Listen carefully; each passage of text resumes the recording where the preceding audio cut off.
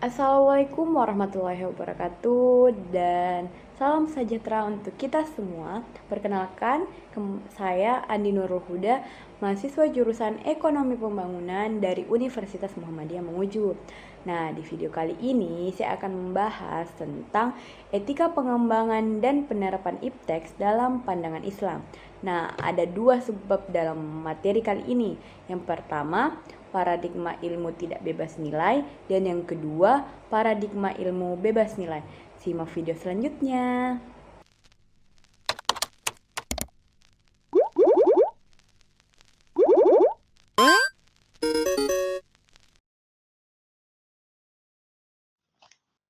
Halo teman-teman, nah kali ini kita akan membahas materi mengenai etika pengembangan dan penerapan ipteks dalam pandangan Islam. Ada dua subbab pada pertemuan kali ini.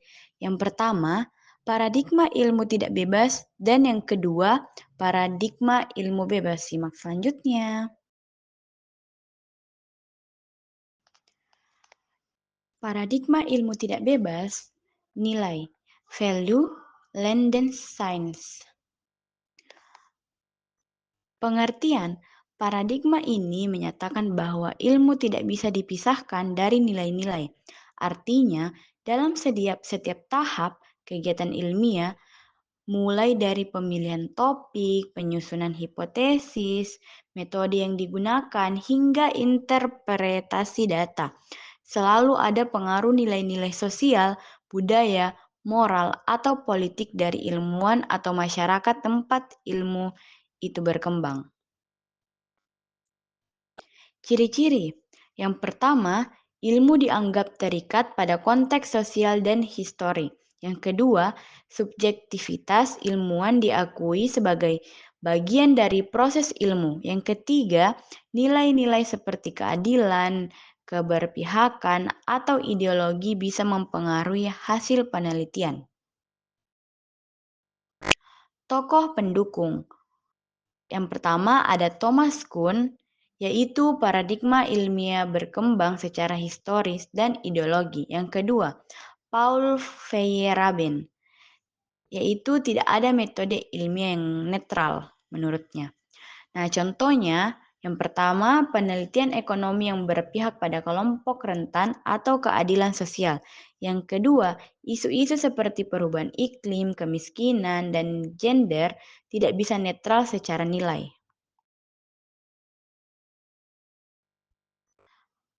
Paradigma ilmu bebas nilai, value, dan free science. Pengertian, paradigma ini berpandang bahwa ilmu harus dan bisa bebas dari nilai-nilai subjektif. Ilmu dipandang sebagai proses pencarian kebenaran yang objektif, rasional, dan empiris, di mana hasilnya tidak boleh dipengaruhi oleh opini pribadi, ideologi, atau kepentingan luar.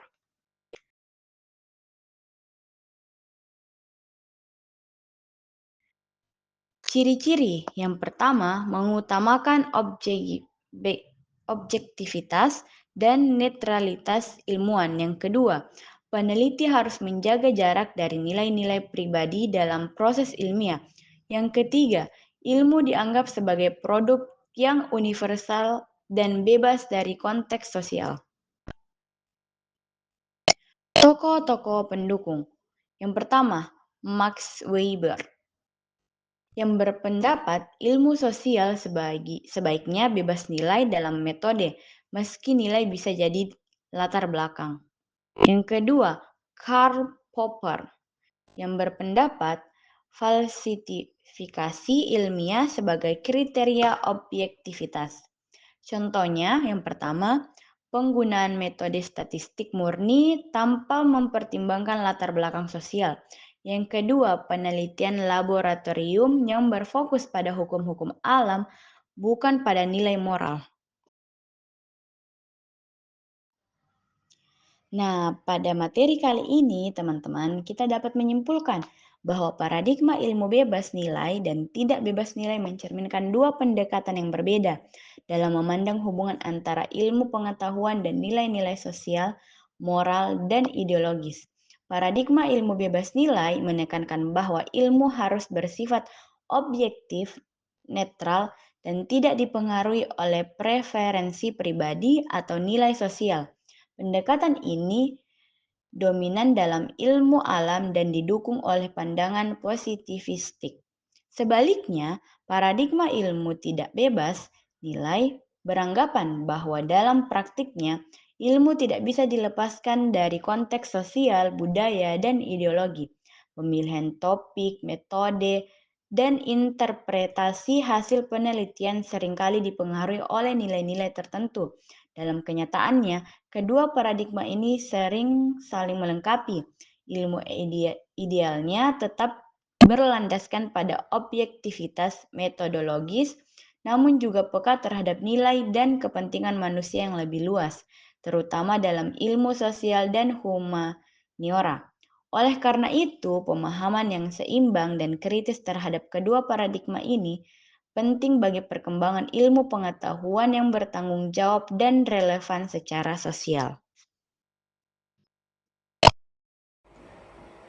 Nah, itulah tadi penjelasan mengenai materi pada hari ini. Jika teman-teman memiliki pertanyaan, tolong komen di bawah ya di kolom chat. Jangan lupa like, comment, and subscribe. And see you next time. Sampai ketemu di video selanjutnya. Bye-bye.